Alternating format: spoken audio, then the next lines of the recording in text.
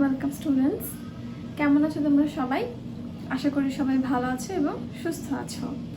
তথ্য ও যোগাযোগ প্রযুক্তির অনলাইন ক্লাসে তোমাদেরকে স্বাগতম জানাচ্ছি আমি রিশমিতা তাসনিম।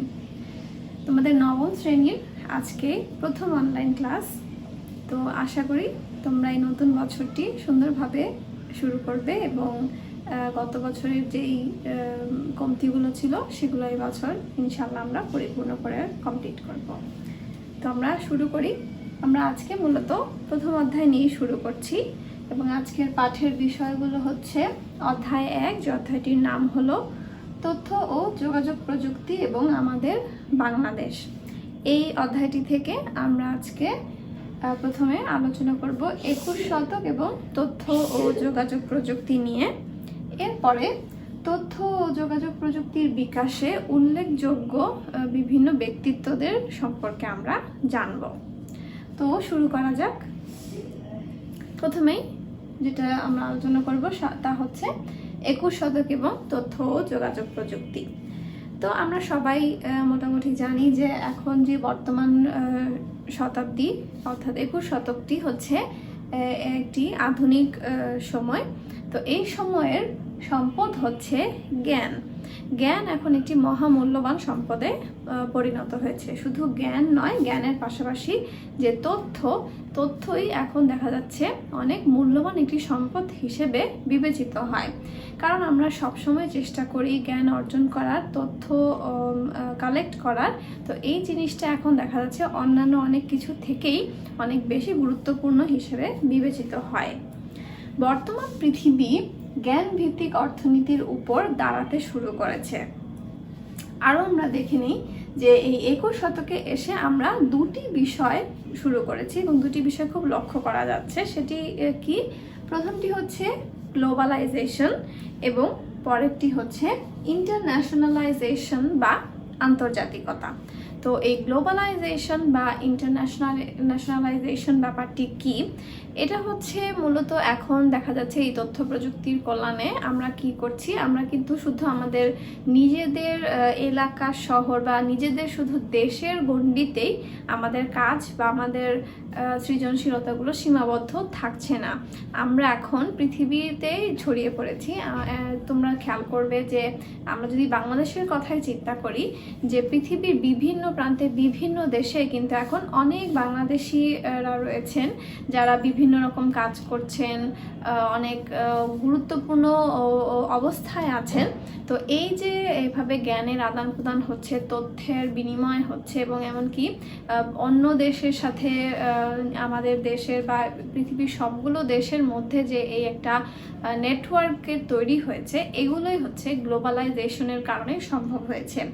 ইন্টারন্যাশনালাইজেশন কথাটাও অনেকটা গ্লোবালাইজেশনের কাছাকাছি। এখানেও মূলত এটাই বোঝানো হচ্ছে যে এখন কোনো একটি কাজ বা কোনো একটি প্রজেক্ট, যে কোনো কিছুই শুধুমাত্র ন্যাশনাল লেভেলে অর্থাৎ জাতীয় পর্যায়ে সীমাবদ্ধ থাকছে না, এটা ইন্টারন্যাশনালি ছড়িয়ে পড়ছে। এরপর আমরা আরো দেখেছি যে বিভিন্ন যন্ত্র আবিষ্কারের ফলেই প্রকৃতির উপর মানুষের নির্ভরশীলতা কমে গেছে। একটা সময় ছিল যখন প্রাচীন যুগে মানুষ কিন্তু প্রকৃতি বা নেচারের উপরই ডিপেন্ড করত, কিন্তু এখন যেহেতু নানান রকম যন্ত্র আবিষ্কার হয়েছে, নতুন নতুন টেকনোলজি আবিষ্কার হয়েছে, সেটার ফলে কি হচ্ছে, সেই নির্ভরশীলতাটা অনেক কমে এসেছে। আমরা অষ্টাদশ থেকে ঊনবিংশ শতাব্দীতে যখন নাকি শিল্প বিপ্লব ঘটে, তখন দেখেছি যে এই শিল্প বিপ্লবের পর মানুষ যন্ত্রের উপর নির্ভর করে পৃথিবীর অর্থনীতি নিয়ন্ত্রণ করেছে। অর্থাৎ অর্থনীতিটা এখন যন্ত্রের উপরেই নির্ভরশীল হয়ে পড়েছে।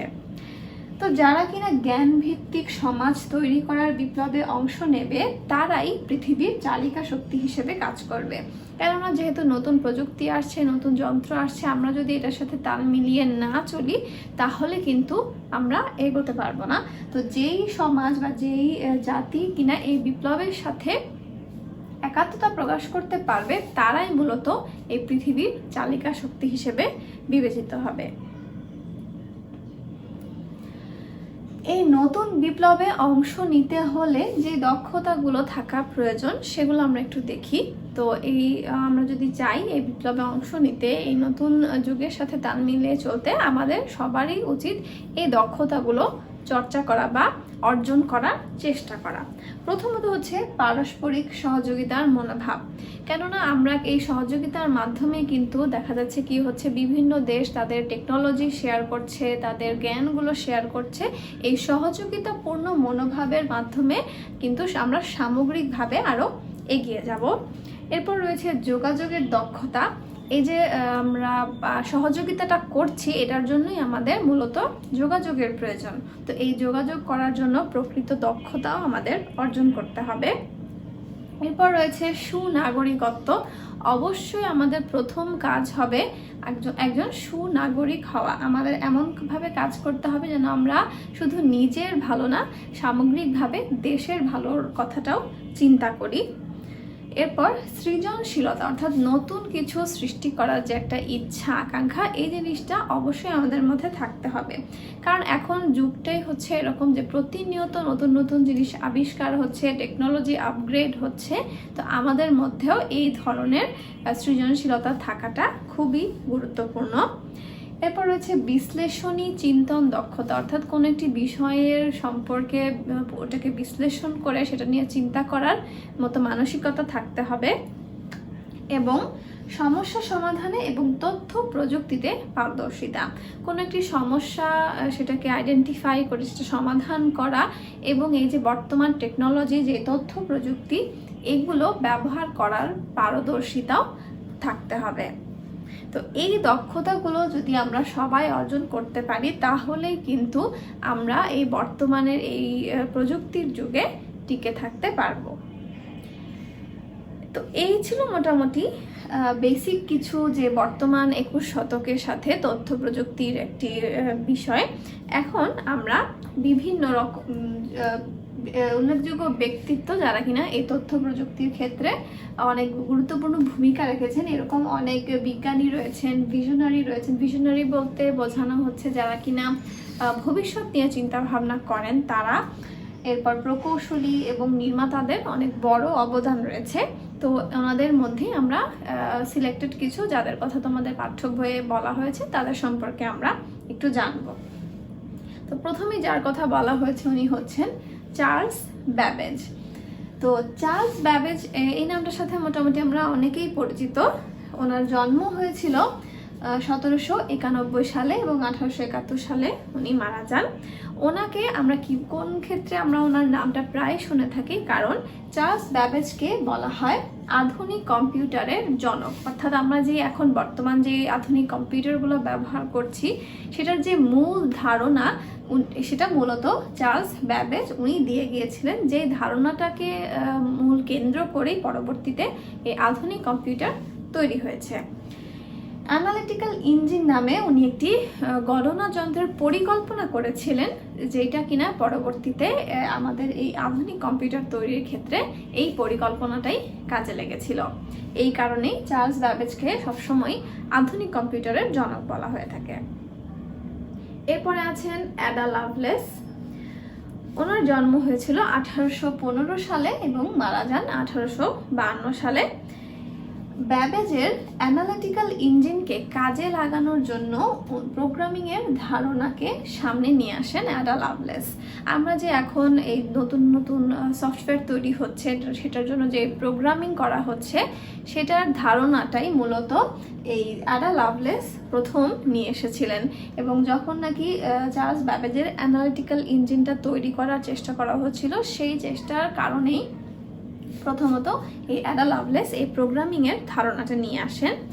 পরবর্তীতে তার মৃত্যুর প্রায় 100 বছর পর 1953 সালে তার কিছু নোট ছিল পুরনো, সেই নোটগুলোকে পুনরুদ্ধার করা হয়েছিল এবং সেই নোট থেকে বিজ্ঞানীরা বুঝতে পারেন যে তিনি অ্যালগোরিদমের ধারণা প্রকাশ করেছিলেন। অর্থাৎ অ্যালগোরিদম, যেটা কিনা আমরা সাধারণত প্রোগ্রামিংয়ে ব্যবহার করি, যে একটি কাজের ধারা, প্রোগ্রামটি একটার পর একটা কোন কোন ধাপে কাজ করবে, এই যে ধারণাটা, এটা প্রথমত অ্যাডা লাভলেসই তার নোটে দিয়ে গিয়েছিলেন। এরপর আছেন জেমস ক্লার্ক ম্যাক্সওয়েল। ওনার জন্ম ছিল 1831 সালে এবং মারা যান 1879 সালে। তড়িৎ চুম্বকীয় বলের ধারণা প্রকাশ করেন উনি। সর্বপ্রথম উনি তড়িৎ চুম্বকীয় বলের ধারণাটি নিয়ে এসেছিলেন, এই যেটা কিনা ব্যবহার করে বিনা তারে বার্তা প্রেরণের একটি সম্ভাবনা তুলে ধরেন। অর্থাৎ এখন যে আমরা ওয়্যারলেস কানেকশনগুলো তৈরি করছি, ওয়্যারলেস তথ্য আদান প্রদান করছি, সেইটা মূলত জেমস ক্লার্ক ম্যাক্সওয়েলই সর্বপ্রথম এই ধারণাটি প্রবর্তন করেছিলেন। এরপর আছেন জগদীশ চন্দ্র বসু, যিনি আমাদের বাংলাদেশের একজন বিজ্ঞানী। ওনার জন্ম হয়েছিল 1858 সালে এবং মারা যান 1937 সালে। 1985 সালে অতি ক্ষুদ্র তরঙ্গ ব্যবহার করে এক স্থান থেকে অন্য স্থানে তথ্য প্রেরণ করা সম্ভব, এই যে ধারণাটি প্রথমত জগদীশ চন্দ্র বসু দিয়েছিলেন, কিন্তু তার এই প্রস্তাবটি প্রকাশিত না হওয়ার কারণে পরবর্তীতে অন্য আরেকজন বিজ্ঞানী এই জিনিসটি প্রকাশ করায়, তাকেই মূলত এটার জনক বলা হয়ে থাকে। তো এই আবিষ্কারটি প্রকাশিত করতে উনি পারেননি। পরবর্তীতে এই যে গুগলিয়েলমো মার্কনি, যাকে কিনা বলা হয়ে থাকে মূলত বেতারের জনক, উনি পরবর্তীতে মূলত এই জগদীশ চন্দ্র বসুর যে কাজটি ধারণাটি প্রবর্তন করেছিলেন, সেই ধারণাটিকে পরবর্তীতে প্রমাণ করে মার্কনি এটাকে প্রকাশ করেন এবং এই কারণে বেতার যন্ত্রের আবিষ্কারক হিসেবে মূলত ওনাকে স্বীকৃতি দেওয়া হয়েছে। কারণ বেতারের মাধ্যমে প্রথমত শুরুর দিকে এই ওয়্যারলেস বা তারবিহীন তথ্য আদান প্রদানের কাজটি করা হয়েছিল। এরপর আছেন রেমন্ড স্যামুয়েল টমলিনসন। উনি সর্বপ্রথম ইমেইল সিস্টেমটি চালু করেন। আমরা এখন যে ইমেইলটি আদান প্রদান করে থাকি, এই ইমেইলের ধারণাটি এবং ইমেইলের সিস্টেমটি সর্বপ্রথম এই রেমন্ড স্যামুয়েল টমলিনসনই চালু করেছিলেন। 20 শতকে আইবিএম কোম্পানি সর্বপ্রথম মেইন ফ্রেম কম্পিউটার তৈরি করে। তো পরবর্তীতে ইন্টারনেট প্রোটোকল ব্যবহার করে আরপানেট আবিষ্কৃত হয়। আরপানেট ছিল পৃথিবীর সর্বপ্রথম ইন্টারনেট নেটওয়ার্ক। তো এই আরপানেটটি ব্যবহার করেই সর্বপ্রথম এই স্যামুয়েল টমলিনসন উনি একটি ইমেল পাঠাতে সক্ষম হয়েছিলেন, যেটা কিনা এখন বর্তমানে বহুল ব্যবহৃত একটি যোগাযোগ মাধ্যম হিসেবে ব্যবহার হচ্ছে। এরপর রয়েছেন স্টিভ জবস। স্টিভ জবসের সাথে আমরা মোটামুটি সবাই পরিচিত। ওনার জন্ম হয়েছিল 1955 সালে এবং মারা যান 2011 সালে। উনি হচ্ছেন অ্যাপল কোম্পানির প্রতিষ্ঠাতা। আমরা সবাই অ্যাপল কোম্পানি সম্পর্কে শুনেছি। এটি খুবই বিখ্যাত একটি বড় একটি প্রতিষ্ঠান, যেটা কিনা কম্পিউটার এবং অন্যান্য আইফোনস বা ট্যাবলেটস এই ধরনের বিভিন্ন ডিভাইস তৈরি করে থাকে। তো এই অ্যাপল কোম্পানির প্রতিষ্ঠাতাই ছিলেন স্টিভ জবস। অ্যাপল কোম্পানি সর্বপ্রথম পার্সোনাল কম্পিউটারের সূচনা ও বিকাশ ঘটায়। ঠিক আছে, এই যে আমরা এখন পার্সোনাল কম্পিউটারটি ব্যবহার করছি, এই জিনিসটা সর্বপ্রথম স্টিভ জবস এর অ্যাপল কোম্পানি এই ধারণাটি নিয়ে এসেছিল এবং পরবর্তীতে ধাপে ধাপে বিভিন্ন জেনারেশনে এই পার্সোনাল কম্পিউটারটি আরও বিকাশ করে বর্তমান অবস্থায় এসেছে এবং পরবর্তীতে এই ধারণাটি থেকেও আরও অন্যান্য অনেক কোম্পানি পার্সোনাল কম্পিউটার তৈরি করা শুরু করেছিল। এরপর বিল গেটসের জন্ম ছিল 1955 সালে।